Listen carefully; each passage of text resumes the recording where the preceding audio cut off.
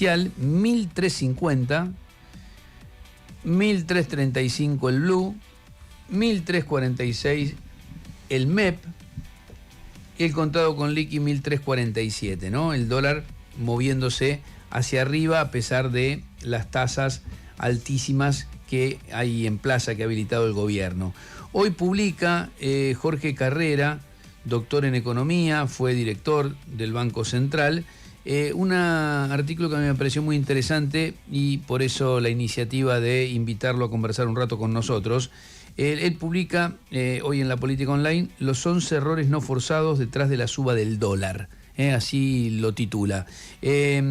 Doctor Carrera, ¿cómo le va? Reinaldo 7K se lo saluda en Radio con vos. Hola Reinaldo, un gusto hablar con ustedes. Además que de ser fan del programa, siempre me gusta poder compartir con vos y con Ernesto estas ideas. Bueno, muchísimas gracias por atendernos. A ver, me gustaría que le cuente, que nos cuente, hacemos un repaso primero por el planteo que usted hace, esto de los 11 errores no forzados, si quiere los repasamos. Anuncio delirante sobre intervención cambiaria, a ver si lo puede desarrollar brevemente cada uno. Dale, mira, los errores no forzados es porque obviamente a mí me gusta mucho el tenis y los errores no forzados son una cuestión en donde en el tenis no es la oposición, no es el rival el que te está haciendo cometer esos errores, sino que son de tu propia cosecha. Y eso es lo que me parece grave que ha pasado en este gobierno, que lo que tenía que ser el periodo soñado, el mejor periodo para prepararse para llegar a unas elecciones que en general se presume que va a tener buenos resultados, encuentra con que en uno de los lados fuertes del gobierno, que es la economía, tiene estos errores no forzados. Uno de ellos, el primero que vos decimos es: Milei anuncia una idea de que solo va a intervenir en la banda cuando el dólar toque el piso.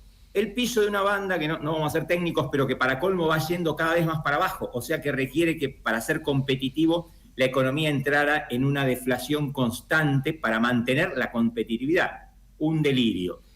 La promesa de que íbamos a tener 50.000 millones de reservas y con eso íbamos a comprar 2 veces la base monetaria. Bueno, eso obviamente nos damos cuenta que no pasó. El tercero, que algunos dicen, bueno, pero es un lujo que a vos te hubiera gustado. Yo negocié 4 años con el Fondo Monetario y en la otra época también, pero ningunear al FMI pongo yo, y me dijeron, pero eso es un error. Bueno, es un lujo que se está dando este gobierno gracias a que tiene el grandote que es la espalda del secretario del Tesoro bancando en el Fondo Monetario contra viento y marea y contra todos los otros directores y el staff.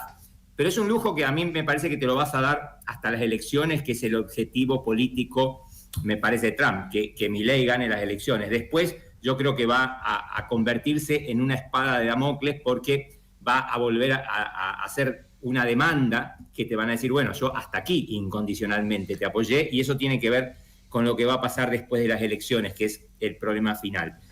Desperdiciaste la bala de plata de la baja de retenciones, es decir, hiciste un estímulo para comprar muchos dólares, pero estaba previsto en el programa con el fondo que ibas a comprar dentro de la banda, más o menos entre 1.200 y 1.300, una gran cantidad de dólares para hacer que las reservas crecieran en 4.500 millones, no compraste nada. Lo único que hiciste es permitir que esos dólares tuvieran artificialmente bajo por un tiempo el tipo de cambio, que es lo que yo llamo el cuarto error, la apreciación cambiaria transitoria. ¿Y para qué sirvió? Sirvió tal vez para tener 2 o 3 puntos menos de inflación durante estos meses.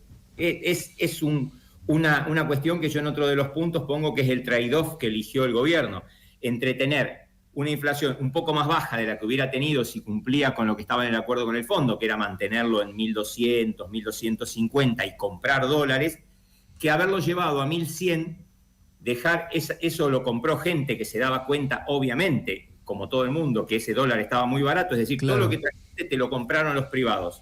Y el Banco Central la vio pasar. Y a lo último, porque el fondo te ha apretado un poco, digamos así, tuviste que comprar el Tesoro dólares mucho más caros. Y así siguen yo creo que es una apuesta electoralista muy riesgosa, pones vos. Sí. Porque te vas a atravesar todos estos meses sin tener reservas. Hubiera sido totalmente distinto si vos hubieras comprado esos 4.000, esos 5.000 millones de dólares y hubieras evitado esta volatilidad del tipo de cambio. Estamos hablando, perdón, estamos hablando con Jorge Carrera, exdirector del Banco Central, economista, que ha planteado una cantidad de errores no forzados en el manejo del tema del dólar por parte del gobierno. Te hago una pregunta en el medio de este recorrido que estamos haciendo de los errores no forzados, ¿no? Porque tiene que ver con lo que decís en uno de ellos. ¿Al gobierno le hubiera convenido tener quizás algún puntito más de inflación y evitarse esta sangría de dólares? Sí, sin duda, porque vos vas a atravesar todo este periodo sin haber acumulado reservas. Acumular reservas está claro que es el elemento más importante para bajar el riesgo país, que es una condición necesaria, imprescindible, diría yo, que tiene el gobierno para poder ser creíble el año que viene, que vamos a poder reformular los pagos de 14.000 millones de dólares que tiene que afrontar. Y vos no vas a bajar el riesgo país si no acumulás reservas. Entonces, haber bajado estos puntitos de inflación, yo entiendo que se focaliza en eso, qué lindo tener 1,5 en vez de tener 2,2, 2,3. Yo creo que igual el rendimiento marginal de esos puntos es dudoso y sobre todo porque es probable que si no lo logran controlar, esos puntos se queden estancados ahí, ¿no? Es decir, que de acá a octubre tengamos una inflación estabilizada en esos niveles y que después lo peor que hiciste es que generás expectativas de que algo va a pasar. Vos no acumulaste reservas. Todo el mundo sabe que en algún momento, cuando pase esto, el Fondo Monetario te va a pedir que cambies el esquema, que acumules las reservas que no acumulaste, y haber apreciado tanto el tipo de cambio, posiblemente lo tengas que hacer con una devaluación mucho más intensa de la que hubieras tenido si hubieras ido acumulando reservas. Entonces, esa es la opción electoral que hizo el gobierno. Bien. Para no meternos en el tema de todo lo que pasó con las LEF y con las LECAP. Ese es otro. Sí, ese es todo de ellos. Todo de ellos, es verdad. Ese manejo, ¿no? Sí, claro. Y todavía lo estamos viendo. Y decís después fracaso en la política de crédito. Bueno, ahí es una cosa muy interesante. Yo el año pasado creo que fui uno de los únicos que hizo una nota bien interesante y después hicimos con Fundar, con la Fundación Fundar. De hecho, estuvimos charlando con vos ahí, una presentación sobre la idea de convivencia de monedas, etcétera. Sí. Y la idea de que logré explicar una situación que tiene el crédito en dólares en Argentina que es muy peculiar y que nos hace distinto al crédito en dólares en muchos lados, ¿no? Vos sabés que el crédito en dólares en Argentina, porque lo aprendimos y lo hicimos nosotros en el 2002, 2003, tiene una característica que es que a vos no te dan los dólares, sino que te dan los pesos y luego te dan el acceso a ir al mercado.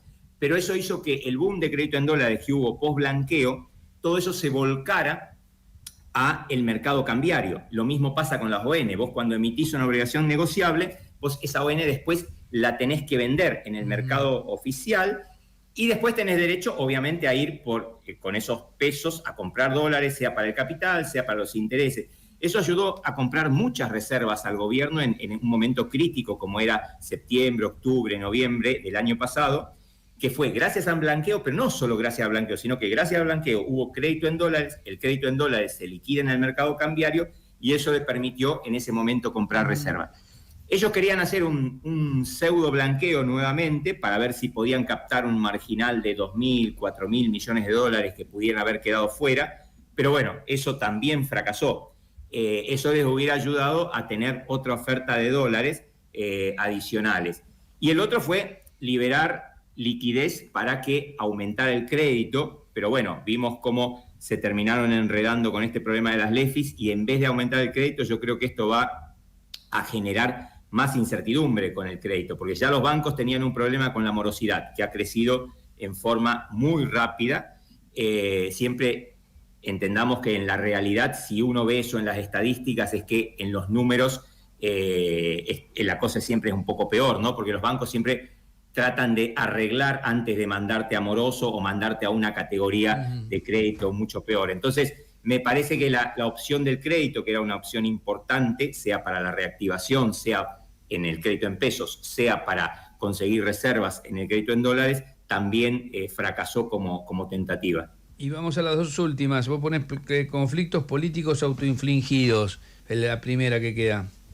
Bueno, eso es, ustedes lo han hablado 1000 veces, pero me parece que si me pongo desde el lado del gobierno, ellos podían haber hecho algo para tratar de evitar todas las aprobaciones que hubo en el Congreso y que, al margen de que discutamos sobre cuánto realmente impacta en el producto, en el déficit, eso tiene un cierto impacto, y yo creo que ahí pecó un poquito de soberbia. Yo creo que ellos podían haber hecho algo para que esos números no aparecieran, así como, fíjate que pongo ahí, se terminó teniendo que optar el gobierno entre bajar retenciones para un cierto público del que no pudo resistir las presiones o subir jubilaciones. Ahí él solo se fue en ese callejón de tener que optar por una cosa o por otra.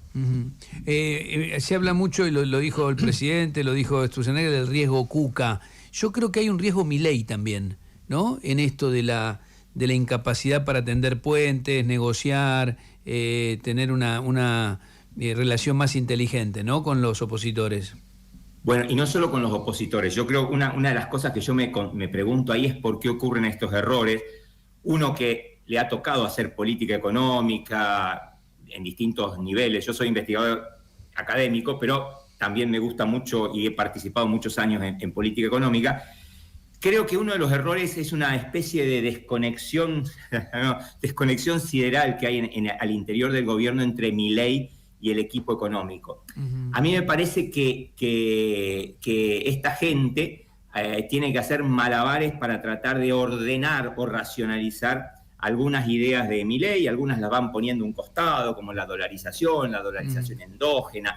Otras las van tratando. Yo creo que los primeros 3 errores que tenés ahí, yo estoy seguro que ellos firmaron con el fondo y querían hacer lo que habían firmado con el fondo. Pero el presidente, a los 3 días que firmaste con el fondo, te dice que va a hacer todo lo contrario, que no va a comprar dentro de la banda, que va a comprar solo cuando llegue a 1000. Es decir, yo creo que hay que eso lo conoceremos en el futuro seguramente, pero me parece que les debe costar mucho al equipo económico racionalizar la coordinación con las ideas que a veces él piensa que son geniales del presidente. Y después el equipo tiene sus problemas, ¿no? Porque sabemos que ellos creen demasiado en las martingalas financieras y creen, y es lo que está pasando, creen que con algún arreglo financiero siempre van a poder ganar tiempo, y yo en el final de la nota me pregunto eso, si la tasa de interés en esos casos es un instrumento suficiente, ¿no? Por último, sé que te quieren hacer algunas preguntas acá mis compañeros, pero la última mía, el dólar a 1.350 hoy, ¿qué estás viendo de lo que puede pasar en los próximos meses? Bueno, yo ahí lo que creo es que justamente si no aparece algún conejo importante en la galera, yo creo que el Fondo Monetario obviamente que les va a dar los 2.000 millones, capaz que hay alguna sorpresa de algún arreglo incluso que llame la atención, de que le mueven algún vencimiento, cosas que pueda ayudar el fondo, porque está en una actitud, como dicen los banqueros, constructiva, por lo menos hasta noviembre. E incluso creo que se va a correr el periodo en que le van a controlar las reservas. Pero la cuestión fundamental es qué instrumento tienen para controlar el dólar de acá a octubre. Dólares no hay, porque ya se pasó el momento cúlmine. Blanqueo no va a funcionar. Créditos de organismos multilaterales ya están. Entonces la tasa de interés. Y yo creo que la tasa de interés es muy limitada para esas cosas. Vos podés usar la tasa de interés si querés ordenar el horizonte a un año, porque decís, bueno, te pago una tasa de interés del 80%, por más que sea 30 puntos reales, que es una locura, pero vos vas viendo que a un año, a ese objetivo un año, es una tasa importante. Pero cuando vaya llegando el eventual momento en que haya que hacer una corrección, suponte que se hacen expectativas de que después de las elecciones alguna corrección importante puede haber, entonces ahí no hay tasa con la que vos puedas corregir, porque es muy corto el periodo de 1 o 2 meses, y la gente va a estar o va a preferir estar cubierta en dólares para ver qué pasa que hacer carry. Entonces me parece que si no encuentran un instrumento distinto, la tasa de interés va a ser un instrumento insuficiente. Y bueno, y estará a ver cuánto se animan, si llegara el dólar al techo de la banda, a usar los dólares del Fondo Monetario para intervenir. Jorge, ¿qué tal? Walter Garbarino te saluda. Pero en definitiva, entonces, ¿qué te va a frenar la corrida? Porque por lo que decís, hoy, bueno, y lo estamos viendo, tenés tasa de 65% y el dólar sigue subiendo. Pero aún cuando llegue al techo de la banda y estuvieran habilitados por acuerdo con el Fondo Monetario Internacional para vender dólares, hemos visto en periodos como pasó con Mauricio Macri que una vez que llegó al techo de la banda, el mercado te empieza a tantear a ver hasta dónde estás dispuesto a liquidar dólares en un contexto donde no los tenés además los dólares. ¿Qué te frenaría hoy esta corrida? Porque muchos economistas dan por sentado, ok, se viene una corrección después de las elecciones y con eso lo acomodás. ¿Y si no lo acomodás? No, después de las elecciones yo creo que tenés espacio para acomodarlo. El problema es cómo esto te afecta a vos, te afecta a la inflación. Yo creo que otra vez una declaración muy desafortunada de Caputo, así como dijo, comprá campeón.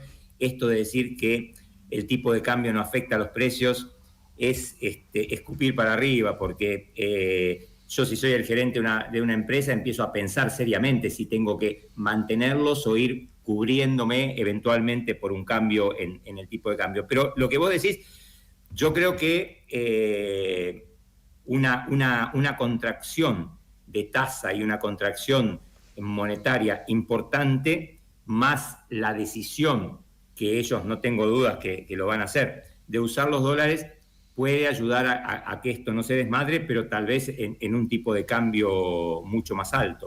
Pero ya te digo, yo creo que se van a sumar declaraciones del Fondo Monetario, declaraciones tal vez de gente que quiera ayudar, sea de los bancos, sea del Tesoro, pero los instrumentos más importantes que tenés es futuros, tasa e intervención. Y como hemos visto todos nosotros y lo hemos pasado, siempre son instrumentos que tienen sus limitaciones. Por lo tanto, por ahora, salvo que aparezca un gran conejo de la galera, no veo demasiado fuerte al gobierno para afrontar estas turbulencias. Y obviamente esto va a tener algún costo en que se siga enfriando la economía. Jorge Tartaglione, te hago una pregunta no periodística que hablamos siempre con Rey. ¿Por qué yo creo más en el dólar y para mí el dólar siempre es más barato y a la moneda mía siempre sé que voy a perder? Pero no con tu gobierno, con este gobierno, pasó con todos en los últimos 20 años. Tampoco le hiciste vos bien, tampoco le hicieron los otros bien, nadie le hizo bien. Así es, Doc. Tenemos lo que ustedes llaman mala praxis y una mala praxis colectiva, que es el drama de Argentina. Mirá, en ese proyecto que hicimos hermoso con la gente de la Fundación Fundar, nosotros hacemos primero una fuerte autocrítica de algunos errores que se han cometido en todas estas décadas, porque son décadas, en donde la moneda ha perdido el rol que tiene en otros países.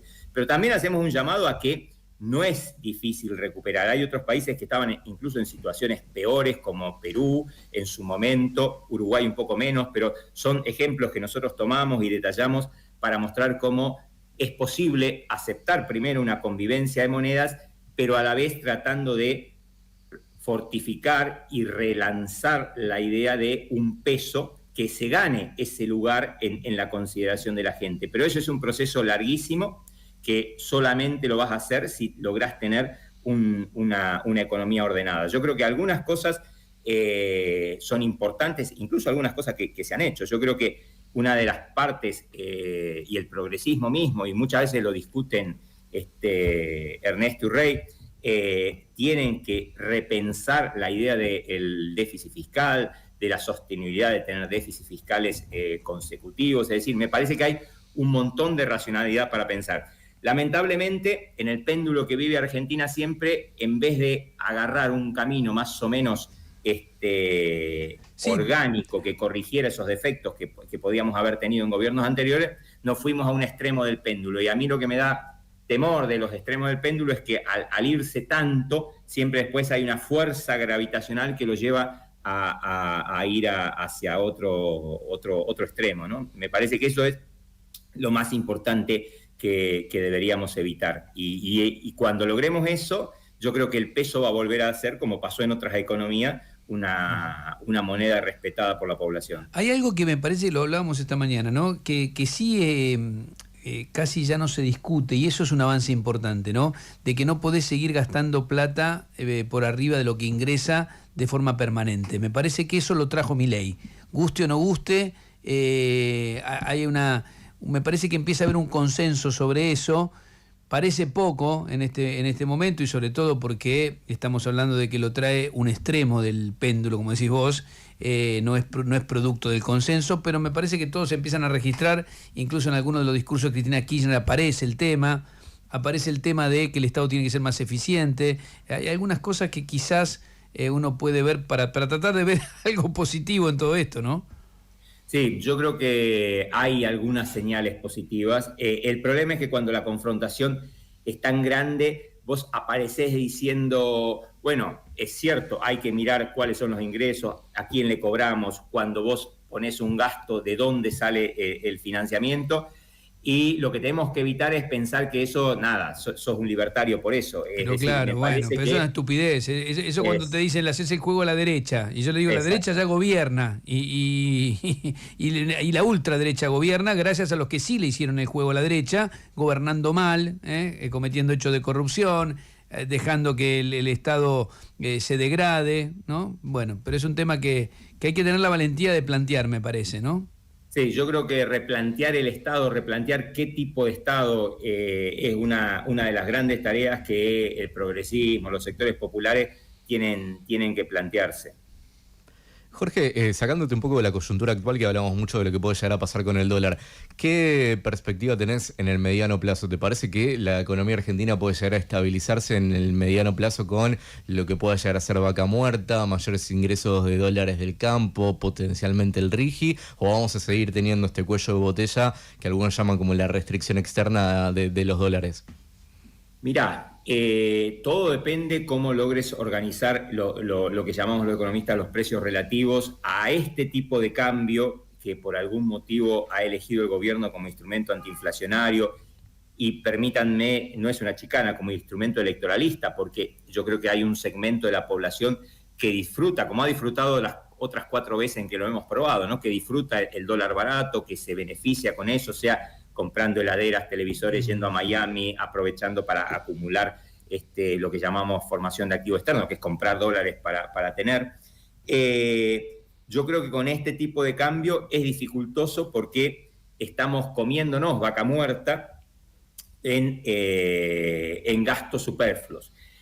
Notando lo que decía Reinaldo, yo creo que vaca muerta es un lindo ejemplo de cómo, a pesar de que somos bastante organizados política y socialmente, eso es una cosa transversal, es decir, la inició Cristina y Axel en 2013, después de un desastroso proceso en donde YPF estaba llevándose todas las ganancias para invertir en Argelia y en otros lugares, la YPF privada, ¿no? Y bueno, eso se inició en 2013 y secuencialmente todos los gobiernos han ido poniendo su granito de arena, y si hoy tenemos un superávit es porque se hizo en tiempo récord, una tecnología de ultra punta, el gasoducto Néstor Kirchner.